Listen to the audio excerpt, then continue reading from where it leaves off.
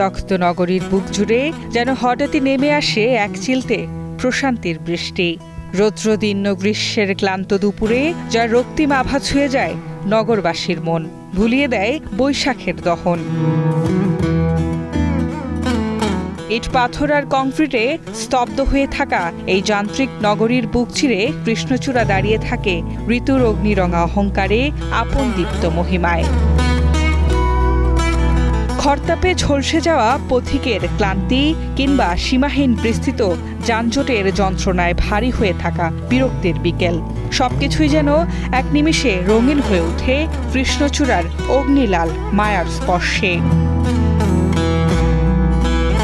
শহরের সবুজ উদ্যান থেকে ব্যস্ত ফুটপাত, বিস্তৃত এই নগর যেন কৃষ্ণচূড়ার রক্তিম পাপড়ির লাল গালিচায় আবৃত হয়ে আছে।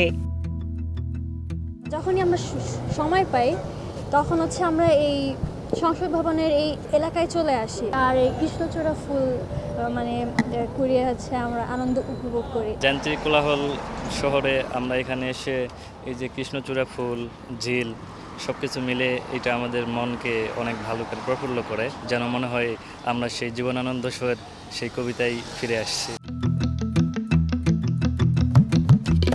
এই সৌন্দর্য কোনো দোকানের শোকেসে মেলে না।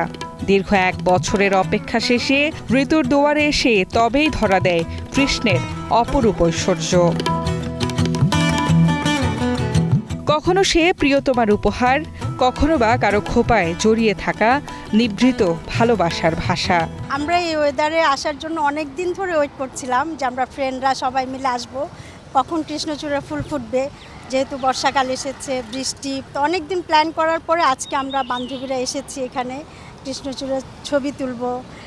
লোকেশনটাও সুন্দর, গাছগুলিও সুন্দর লাগছে।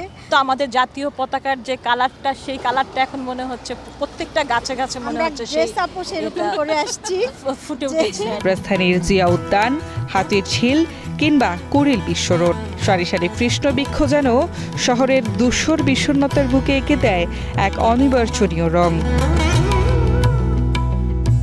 হঠাৎই নেমে আসা এক পশলা বৃষ্টিতে কৃষ্ণচূড়ার লাল আরো গাঢ় হয়ে ওঠে।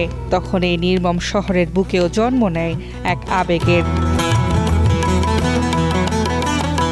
সব মিলিয়ে কৃষ্ণচূড়া যেন এই বাংলার কোনো ফুল নয়, সে বৈশাখের অগ্নিশ্বাস, আবেগ আর নগর জীবনের ক্লান্ত দুপুরে এক রক্তিম কবিতা।